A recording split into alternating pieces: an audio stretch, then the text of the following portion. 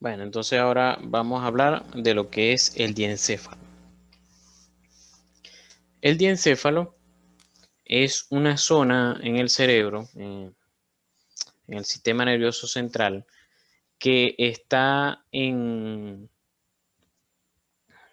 como decirles, en el centro del sistema nervioso central. Está entre los dos hemisferios hacia inferior. Aquí están los dos hemisferios, vamos a decir, este es el hemisferio cerebral derecho y él está hacia abajo. El eje, el centro del diencéfalo sería lo que llamamos el tercer ventrículo, que es este que está aquí. El tercer ventrículo. El tercer ventrículo. Entonces, ¿qué tenemos hacia anterior? En cuanto, vamos a decir, los límites del diencéfalo. Hacia anterior tenemos los agujeros de Monro. Si se recuerdan, los agujeros de Monro es un conducto que va desde los ventrículos laterales hasta el tercer ventrículo. Y aquí estaría el agujero de Monro. Hacia posterior, el acueducto de Silvio, perdón, que es este que está aquí. El acueducto de Silvio, que es el conducto que va desde el tercer ventrículo hasta el cuarto ventrículo. Y en el piso tenemos varias estructuras. Primero tenemos esto que está aquí, que es el quiasma óptico. ¿Se acuerdan que el quiasma óptico es de donde nace el nervio óptico? Entonces tenemos el quiasma óptico, tenemos la hipófisis, que es la glándula que comanda las demás glándulas, y por eso es la reina que está sentada aquí en lo que llamamos la silla turca, y más hacia posterior el cuerpo mamilar y el mesencéfalo.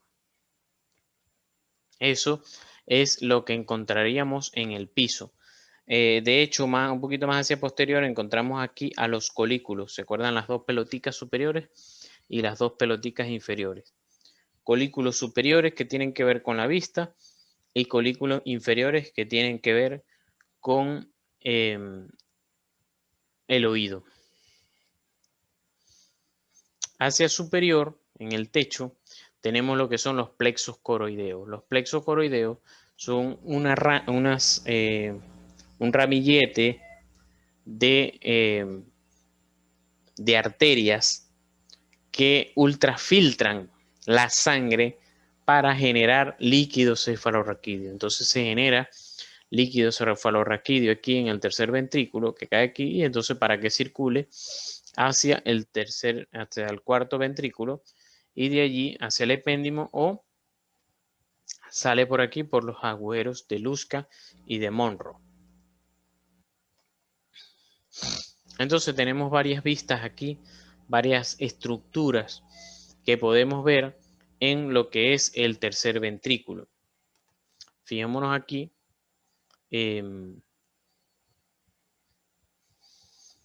Fijémonos aquí. Este es un dibujo de Coscarelli, que cuando él da la clase de diencéfalo también me guío un poquito por él. Entonces, estos cortes a diferentes niveles, cortes horizontales del cerebro. Un corte, o sea, este es un completo corte horizontal, pero este es un poquito más hacia arriba y este es un poquito más hacia abajo, para ir viendo las diferentes estructuras y que nos podamos imaginar un poquito en 3D el diencéfalo. Entonces, lo primero que debemos buscar, que es lo que nosotros podemos imaginarnos, es el tercer ventrículo. ¿Se acuerdan que es este que está aquí? El tercer ventrículo, que está en el medio del diencéfalo, y el del diencéfalo está en el medio del, del cráneo, ¿no? Entonces aquí tenemos el diencéfalo, perdón, aquí tenemos el tercer ventrículo. Entonces, si nos fijamos hacia los lados, está una estructura que parece un huevo, que es el tálamo, hacia los lados. Es decir, la pared lateral, las paredes laterales del diencéfalo, que está en el centro del cuerpo, está en la línea media pues del cuerpo, es los tálamos. Los tálamos por encimita, como punto de referencia del diencéfalo hacia afuera y hacia arriba, aquí estaría el espacio de los ventrículos laterales hacia acá. Y entonces aquí están los plexos coroideos, pero de los ventrículos laterales, vamos a decir en este caso del ventrículo lateral izquierdo, que ultrafiltra también ultrafiltra la sangre para generar líquido cefalorraquídeo. En el medio está esta comunicación, ¿verdad? Que vemos aquí, que se llama adhesión intertalámica, que comunica los dos tálamos. Es decir, pasa en medio del tercer ventrículo y es esta bolita que vemos aquí, que está viniendo desde el tálamo derecho hacia el tálamo izquierdo. ¿Se acuerdan de esto que tenemos aquí? Que se llama cuerpo calloso. El cuerpo calloso que tiene un pico, ¿verdad? Tiene varias zonas que llaman pico, rodilla, cuerpo como tal del cuerpo calloso y rodete. Pico, rodilla, cuerpo y rodete. Entonces, el corte siguiente que vamos a ver es un corte a este nivel. Por lo tanto, cuando vemos desde arriba el cuerpo calloso, lo vamos a ver así. Aquí está. El cuerpo calloso. Este es el cuerpo calloso, que por allí pasan neuronas que, son neuronas que pasan de un hemisferio cerebral al otro. Hacia posterior, entonces vemos igual los colículos, las dos bolitas superiores y las dos bolitas inferiores. Están las comisuras. Las comisuras es sitio de unión. O sea, comisura en anatomía es sitio de unión. Comisura posterior y hacia adelante la comisura anterior. Ahora, debajo del cuerpo calloso está lo que llamamos septum pelúcido. Septum pelúcido. Y debajo está el trígono cerebral, que lo vamos a ver ahorita más adelante. En esta imagen, que es, vamos a decir, un poco más inferior todavía, cortes más inferiores, entonces vemos otra vez el cuerpo calloso a este nivel, y el cuerpo calloso, fíjense que hace aquí, así, es decir, lo vemos aquí, hicimos el corte aquí en el cuerpo calloso, ¿verdad? Y también lo hicimos más hacia atrás. Entonces, cortamos más hacia atrás. Aquí está el pedazo posterior del cuerpo calloso, que sería en el esplenio o rodete, como les dije que se dice también. Entonces, hacia adelante la rodilla del cuerpo calloso y hacia atrás el esplenio. Entonces, aquí vemos el septum pelúcido y hacia abajo está lo que llamamos el trígono cerebral. Trígono cerebral. Y entonces, hacia los lados vemos lo que son los pilares del fornix, porque fornix también es lo que se llama también trígono cerebral. Aquí lo tienen como fornix, pero me lo he aprendido como trígono cerebral. Trígono porque es como un triángulo, ¿lo ven? Como un triángulo. Igualmente, otra cosa que tenemos aquí, cabeza del núcleo caudado y eso no, o sea, no lo voy a mencionar todavía porque lo vamos a ver un poquito más adelante y no los quiero enredar todavía porque como tal, esta es una clase un poco complicada de entender, sobre todo de imaginar. Entonces, como yo les decía, tienen que recordar aquello que vimos en la primera clase, que sustancia blanca son axones en el sistema nervioso central y sustancia gris son cuerpos neuronales. Entonces, cuando vemos aquí esta sustancia gris que está en los bordes, que es la corteza cerebral, todo eso está lleno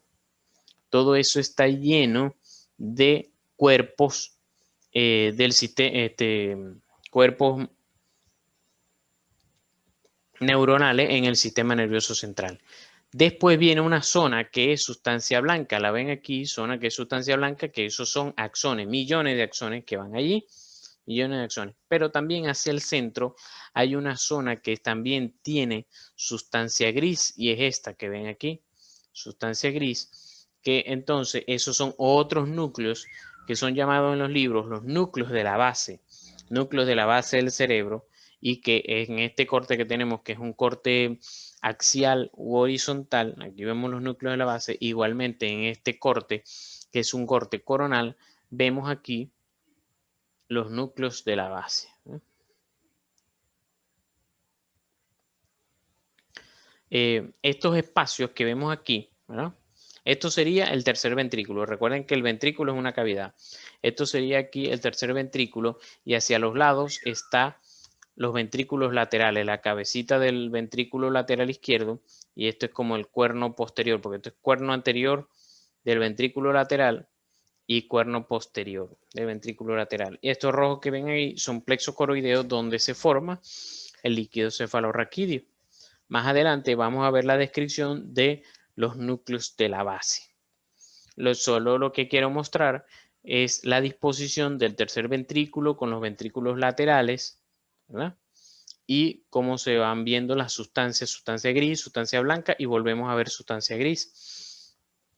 Igualmente, entonces, en este corte coronal vemos sobre todo lo que es el agujero de Monro. Recordemos que el agujero de Monro es lo que comunica el ventrículo lateral, los ventrículos laterales, con el tercer ventrículo, porque a través de ellos es que circula el líquido cefalorraquídeo. Y hacia los lados tenemos el tálamo, que es todo esto.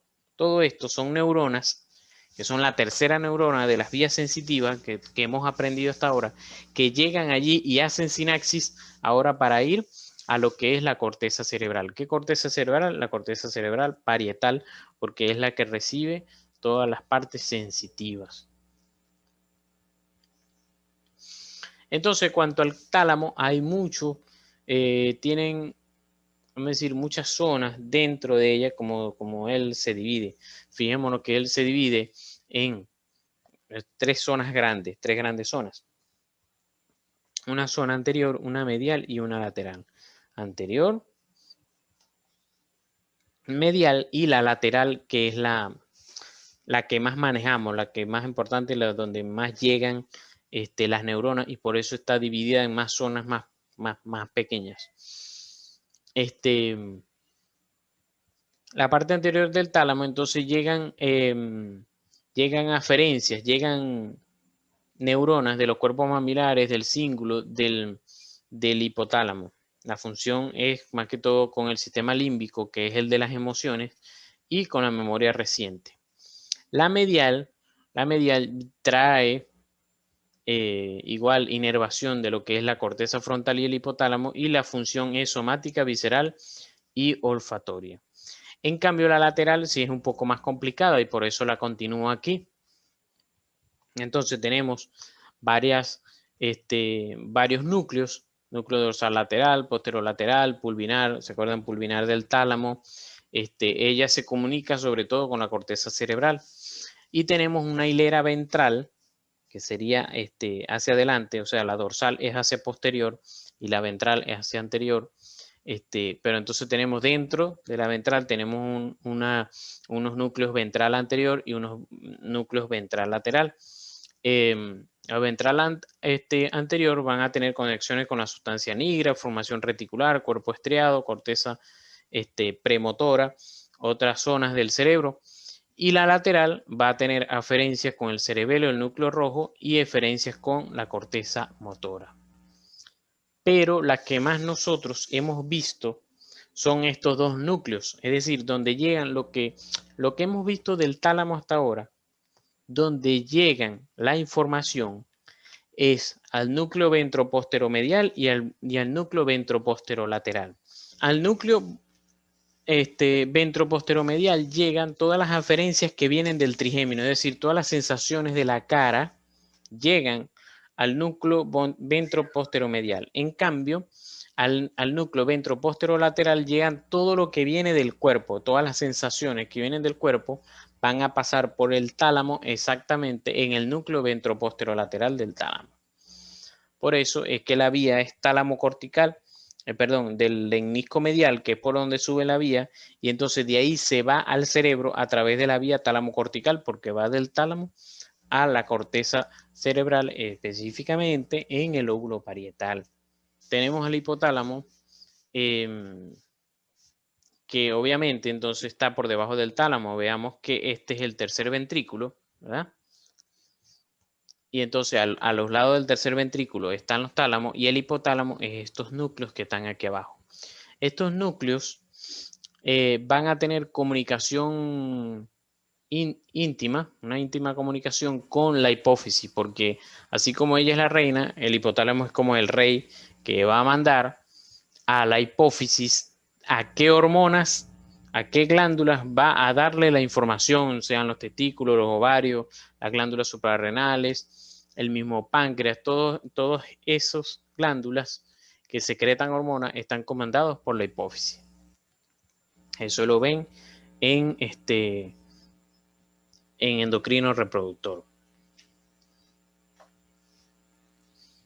Entonces tenemos los núcleos de la base, una de las cosas que quiero que más aprendan en esta clase de diencéfalo, de cómo ubicarlos. Entonces tenemos tres núcleos de la base. Tenemos un núcleo, un cuerpo estriado, un núcleo llamado cuerpo estriado que se divide en dos núcleos, núcleo caudado y núcleo lenticular. Igual tenemos un núcleo amigdalino y el claustro. Ahora, el cuerpo estriado, como les dije, está dividido con el núcleo caudado y el núcleo lenticular. El núcleo caudado es este verde que tenemos aquí y el núcleo lenticular es el azul, ¿verdad? El núcleo lenticular a su vez está dividido en dos núcleos, que es el putamen y el globo pálido. Entonces, vemos aquí, si se acuerdan otra vez, tercer ventrículo es el centro, es el eje de toda esta clase. Diencéfalo, tercer ventrículo. A los lados está el tálamo. Entonces, el tercer ventrículo, a los lados está el tálamo, ¿verdad? Entonces, más a los lados, si fijemos, si a los lados está el tálamo, que es lo rojo que estoy señalando allí, ¿verdad? Entonces, vamos a ver que más hacia los lados está el núcleo lenticular, que es el azul, que el núcleo lenticular está dividido en putamen y globo pálido, y que por encima de este núcleo lenticular va a pasar el núcleo caudado. Entonces aquí vemos en un corte, estos son cortes horizontales que uno es A y uno es B, uno es un poquito más abajo del otro. ¿Y qué son estos cortes que vemos aquí? Los dos son a nivel del núcleo caudado. Primero vamos a encontrar el núcleo caudado, luego el núcleo lenticular, luego el tálamo y por último la cola del núcleo caudado. También el núcleo caudado, como ven aquí, tiene cabeza, cuerpo y cola del núcleo caudado.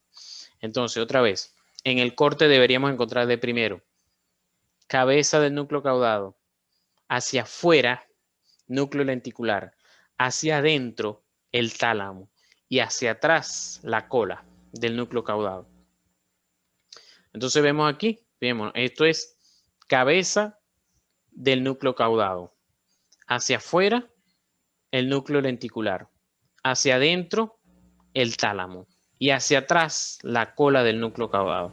Igual la vemos aquí, cabeza del núcleo caudado, hacia afuera el núcleo lenticular que está dividido, como les di, en putamen y globo pálido, putamen y globo pálido, luego hacia adentro el tálamo que él está rodeando al tercer ventrículo y más hacia atrás tenemos entonces la colita del núcleo caudado, ¿ven? Ahora, entonces de una vez vamos a ver lo que es la sustancia gris que está inmersa dentro de esta sustancia gris, dentro de los núcleos de la base. Esto que está aquí, ¿no? Esto que está aquí es lo que llamamos cápsula interna y que tiene de hecho un brazo anterior, un brazo posterior Estamos hablando de sustancia blanca. Brazo anterior, brazo posterior y rodilla de la cápsula interna. Que está, entonces, la cápsula interna está entre el núcleo caudado con el tálamo y el núcleo lenticular. Ahora, por fuera del núcleo lenticular está la cápsula externa.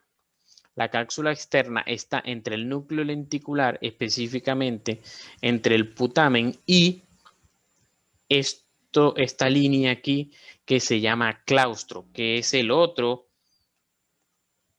núcleo que nos faltaba. El núcleo amigdalino es este chiquito aquí y el claustro no se ve en esta foto porque está más hacia afuera, que es esto que está aquí. ¿Ah? Claustro. Por fuera del claustro, esta sustancia blanca que está entre el claustro y esta corteza cerebral, que es el lóbulo de la ínsula, es lo que llamamos cápsula extrema. Entonces, en esas cápsulas, se llaman cápsulas, pero al final son vías, por allí, es sustancia blanca, por allí va a pasar todos los axones que van subiendo y bajando entre el cerebro y la médula espinal y hacia otras partes del cerebro. Sobre todo, la más importante es la cápsula interna, porque a través de la cápsula interna va a pasar las vías motoras que vienen desde el cerebro, desde la corteza cerebral hacia la médula espinal, van pasando la primera neurona de la vía motora. ¿No? Que entonces, por eso, eso es lo que significan estas flechitas aquí. Estas flechitas es como las neuronas, los axones de las neuronas que van a pasar entre el núcleo caudado y el núcleo lenticular. Núcleo caudado y el núcleo lenticular. Y entre el tálamo y el núcleo lenticular. Entre el tálamo y el núcleo lenticular. Por allí van a pasar todos los axones formando lo que se llama la cápsula interna. Cuando la irrigación a ese nivel que viene dado por la cerebral media, tendrían que repasar esa clase, la cerebral media, ¿se acuerdan que en una lámina les dije que irrigaba los núcleos de la base y que allí estaba la cápsula interna con los axones? Cuando la cerebral media se ocluye y no le llega irrigación a esos axones empiezan a morir y entonces el paciente va a presentar parálisis motora de la mitad de su cuerpo porque normalmente se ocluye una sola arteria, o sea, la arteria de un solo lado, quiero decir, sería la cerebral media de este lado, entonces los axones de este lado quedan libres y entonces el paciente sí va a poder mover el lado contralateral. Ahora recuerden que como aquí, cuando estos axones vienen de este cerebro, ¿verdad? De esta corteza cerebral, pasan por aquí, todavía ellos no han pasado al lado contrario, porque cuando pasan por el tallo, cuando vienen bajando y cuando pasan por el tallo, ahí es que se cruzan hacia el otro lado. Y al cruzar hacia el otro lado, entonces por eso es que el paciente va a tener un SB, un evento isquémico de la cerebral media, en este caso izquierda, pero el paciente lo va a presentar del lado derecho. O sea, sus manifestaciones de parálisis van a ser del lado derecho. Entonces, aquí están varias funciones de los núcleos de la base. Ellos ayudan a regular el movimiento en conjunto con lo que es el cerebelo. Es decir, para que yo haga el movimiento fino, por ejemplo, de escribir, ellos ayudan a inhibir el movimiento de otros músculos que me puedan interferir con el movimiento que yo estoy haciendo. Ayudan igualmente a preparar el cuerpo previo a un movimiento particular. Es decir, como cuando estoy haciendo un lanzamiento, que yo estoy concentrado en el lanzamiento de la mano, pero resulta que yo necesito que todo el cuerpo se coloque en posición, el pie que voy a colocar hacia adelante. Necesito todos esos otros órganos moviéndose para yo hacer la ejecución final, que voluntariamente es esta, pero hay veces que otros movimientos del cuerpo son algo involuntarios porque no estoy pensando en ellos, pero simplemente mi cuerpo sabe que debe moverlo y eso lo hace a través de los núcleos de la base. De hecho, como vemos aquí, ¿verdad? Todos estos núcleos de la base, que son el núcleo caudado, el tálamo, el núcleo lenticular con el putamen y el globo pálido, todos esos van a enviar información hacia el cerebro que luego el cerebro va a integrar en un solo movimiento que va a enviar, o sea, esa señal la va a enviar a la médula espinal para yo ejecutar el movimiento de lanzamiento. Es decir, ellos se van a encargar de decirle al cerebro que involuntariamente envíe la información a las otras extremidades que yo necesito tener en equilibrio mientras yo estoy haciendo el lanzamiento.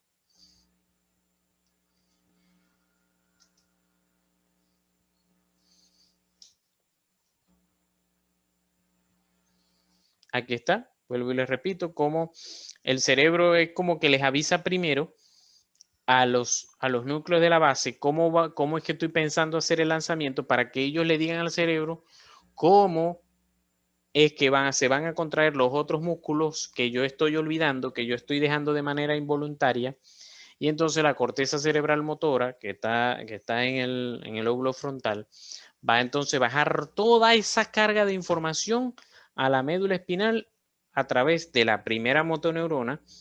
Y entonces después la primera motoneurona en la médula espinal se la entrega a la segunda motoneurona, quien envía la información entonces a las extremidades. Esto en parte ya se los había explicado, porque ya hablamos entonces de la sustancia gris del diencéfalo, ahora vamos a hablar de la sustancia blanca. En cuanto a la sustancia blanca, está conformada por fibras comisurales. Las fibras comisurales son conexiones entre un lóbulo cerebral y otro, o entre los dos hemisferios, como lo hace el cuerpo calloso, o entre uno de los hemisferios con estructuras más abajo. Entonces, tenemos sobre todo las comisurales que ayudan a conectar un hemisferio con el otro, que son las verdes, que es el primero y principal es el cuerpo calloso, que tiene, como les dije, su pico, rodilla, cuerpo y rodete o esplenio. Y entonces este verde que tenemos aquí, que entonces ayuda a comunicar un hemisferio con el otro. Tenemos la comisura anterior y la comisura posterior del fornix o el trígono cerebral, como les había dicho. Ellos se comunican porque esto pertenece a un hemisferio, al hemisferio derecho, y este pertenece al hemisferio izquierdo. Tenemos fibras de asociación que entonces comunican no un hemisferio con el otro, como lo hacen las fibras comisurales, sino que comunican un lóbulo con el otro. Entonces tenemos dos principales, que son la longitudinal superior y la longitudinal inferior. La longitudinal superior va a comunicar el lóbulo frontal con el lóbulo parietal. Y la longitudinal inferior va a conectar el lóbulo temporal con el lóbulo occipital. Esto va, por supuesto, a estar en tanto el hemisferio izquierdo como el derecho. También está esta fibra de asociación que es la fibra del cíngulo, que ella comunica lo que es el frontal con el temporal, dando la vuelta a través de, ¿se acuerdan de la circunvolución del cíngulo? Dando la vuelta desde aquí, del frontal al temporal. Eso nos ayuda sobre todo en lo que es el habla. El habla porque se acuerdan que uno escucha y va hablando, o sobre todo va aprendiendo a hablar a medida que uno va escuchando. Entonces allí están esas conexiones. Igual está este fascículo uncinado que también comunica el temporal con el frontal a este nivel, y hay fibras de asociación cortas dentro de un mismo lóbulo. Esto sí les hablé de las fibras de proyección, que son entonces las fibras que van desde el cerebro hacia otras, o sea, desde los hemisferios cerebrales hacia otras partes del sistema nervioso central, que en este caso son las que ya les hablé, que es la cápsula interna. Entonces la cápsula interna que tiene su brazo anterior y su brazo posterior con su rodilla aquí, y que nosotros podemos ir viendo cómo ella se compone, por ejemplo, en el brazo posterior se compone de fibras del miembro inferior, fibras que van hacia el miembro inferior, fibras que van hacia el miembro superior. En el brazo anterior tenemos las de cabeza y cuello, etcétera. Todas esas fibras, o sea, todos esos axones que vienen de la corteza cerebral y que van a la médula espinal. Aquí tenemos un dibujo esquemático, como en 3D, cómo están dispuestas la cápsula interna, bajando todos los axones entre el núcleo lenticular, que es este que estoy señalando, y el tálamo. Y obviamente este sería el núcleo caudado. Entonces aquí tenemos varios cortes. Tenemos cortes coronales un poco inclinados con una vista anterior. Vemos otra vez núcleo lenticular, el claustro. Entonces aquí tenemos cápsula interna. Fíjense que la cápsula interna, vamos a decir, si aquí pudiera dibujar un... Creo que aquí puedo hacerlo con esto. Ajá. Como decirle, una neurona está aquí, ¿verdad? Entonces supongamos que la corteza motora, que está en el lóbulo frontal, y entonces la neurona, está el cuerpo neuronal allí, pero el axón baja por todo esto. Baja por todo esto, ¿verdad? Va por bajó por la cápsula interna, pasa por el tallo, y aquí a nivel del tallo encefálico, ella se cruza hacia el otro lado y después sigue bajando para inervar, por ejemplo, el brazo o la mano que yo quiero mover. Claro, perdón, cuando llega al nivel de la médula espinal, ella hace sinapsis para entonces hacer la segunda neurona. Entonces, esto sería el núcleo lenticular, como ya les dije, el tercer ventrículo, los ventrículos laterales aquí, y esto es la cabeza del núcleo caudado.